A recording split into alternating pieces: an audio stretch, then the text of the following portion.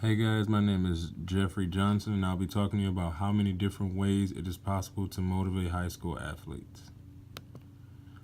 So, first, I want to get into what is motivation. Motivation is defined as the process that initiates, guides, and maintains goal oriented behaviors.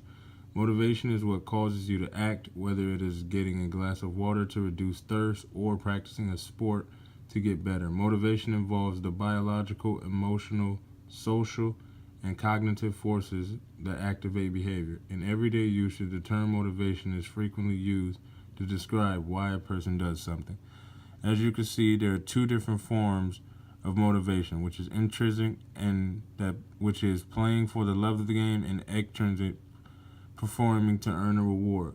Motivations can change throughout a career due to the level of play, loss of interest, or a greater reward. Athletes who possess a higher level of extrinsic motivation often perform better when there is a reward of value. Value does not necessarily mean monetary gain. Each athlete has a different definition of value. To one athlete, it could mean a coach's praise. To another, a varsity letter, and another, it could mean a bunch of stickers on their football helmet denoting outstanding performer. Athletes who possess a high level of intrinsic motivation are generally hard workers and require little outside motivation. They are the first ones into the training room and the last ones to leave. They are the athletes who constantly ask, "What else can I do to get better?" So the next thing that I'm going to talk about is the different types of motivation that you can use to motivate high school athletes. The first one would be fear. There are some good and bad with motivation through fear. Motivation through fear, installing fear in others is simple, and it can quickly motivate some people, but over time, fear can easily breed resentment and disloyalty. The athlete who is motivated by fear is likely not so much trying to achieve something as they are trying to avoid something. This athlete generally becomes focused on what not to do rather than what to do. In time, this can become stressful and lead to a strong sense of resentment and or disloyalty toward the one instilling the fear. The next would be motivation through incentives. Incentives too can be effective for the short term, dangling the carrot, playing time, money, trophy. It is a strong motivator for many athletes, but these extrinsic means generally last for only a short time before the incentives need increased or made more appealing. The less appealing the incentive, the less motivation one will generally show. And the third one will be motivating through purpose.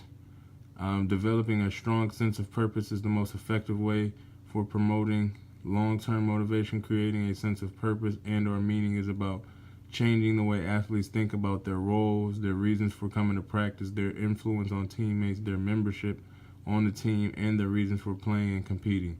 Providing purpose and meaning is about creating an environment that is conducive to personal growth and encouraging athletes to motivate themselves as well as inspire their teammates.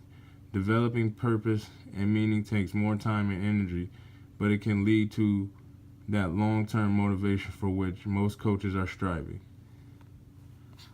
The fourth one would be motivation through speech, which is having a guest speaker come in and talk to the team that's really knowledgeable, that's really great with words to be able to give them some energy and powerful words of wisdom to be able to help them out before the game, to help them get them in the spirit. Lastly would be motivation through highlight clips or videos of previous teams or athletes in a different sport, giving it their all and being able to motivate them to go out there and give it their all to be able to bring some success along with that motivation. So the next thing that I'm going to talk about is usually the rewards that at least high school players will get. For the most part with football, some teams don't get the chance to go to the playoffs, and being able to work hard and being able to stay motivated to continue to keep pushing themselves to even reach the playoffs, or some teams may have not gotten a chance to win a state championship. Same way with basketball, when be able to win district championships, state championships. In track, you may want to be a state meet qualifier to be able to get a chance to stand on a podium and be able to place in the states.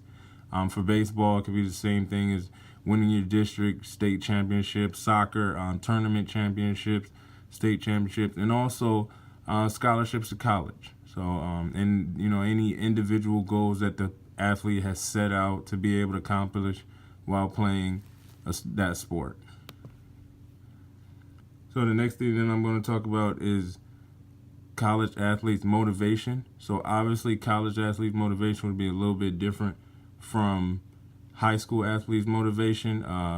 College athletes' motivation are more, so some might say more centered around becoming a professional athlete, earning a degree from a nice university, playing for the love of the sport, playing for their family, or just playing for individual goals at the end of the day.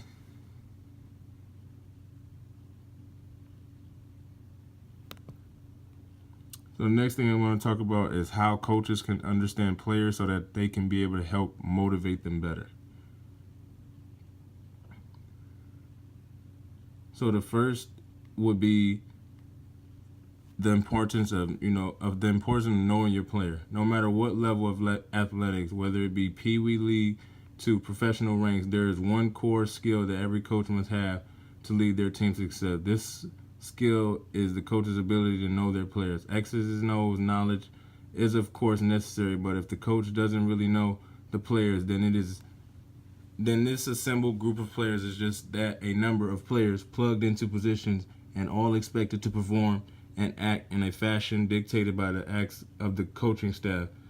But coaches need to recognize that no two players are really the same. Recognition of several variables and the effective implementation of methodology and addressing this difference is crucial to the success or failure of this vital element of coaching. The second thing would be the importance of a strong coach-athlete relationship. Coaches need to learn how to listen and to observe the situations around them. Coaches that are successful are able to learn as much as they lead. Learning what motivates their athletes enables coaches to provide players with the tools that they will need to bring out the best in themselves. To ensure the welfare of athletes, coaches need to create a sound program. And the foundation of any sound program begin with getting to know the player. A team's success is mostly measured by its season record and overall amount of victories. Yet winning is only a minor part of success. Success only does not make a team great until it is paired with effective coaching. Effective coaching runs deeper than wins and losses. It also includes reaching athletes on an individual level. Coaches who focus on positive personal relationships with their players, with their athletes, are ensuring success beyond their record on the field. Relationships are the foundation of coaching, and even though a relationship is a two-way street, it is a coach's responsibility to pursue a relationship with their athletes. Coaches who hold a place of respect and authority but still feel reachable enough for athletes to open up and view their coach as a role model or mentor.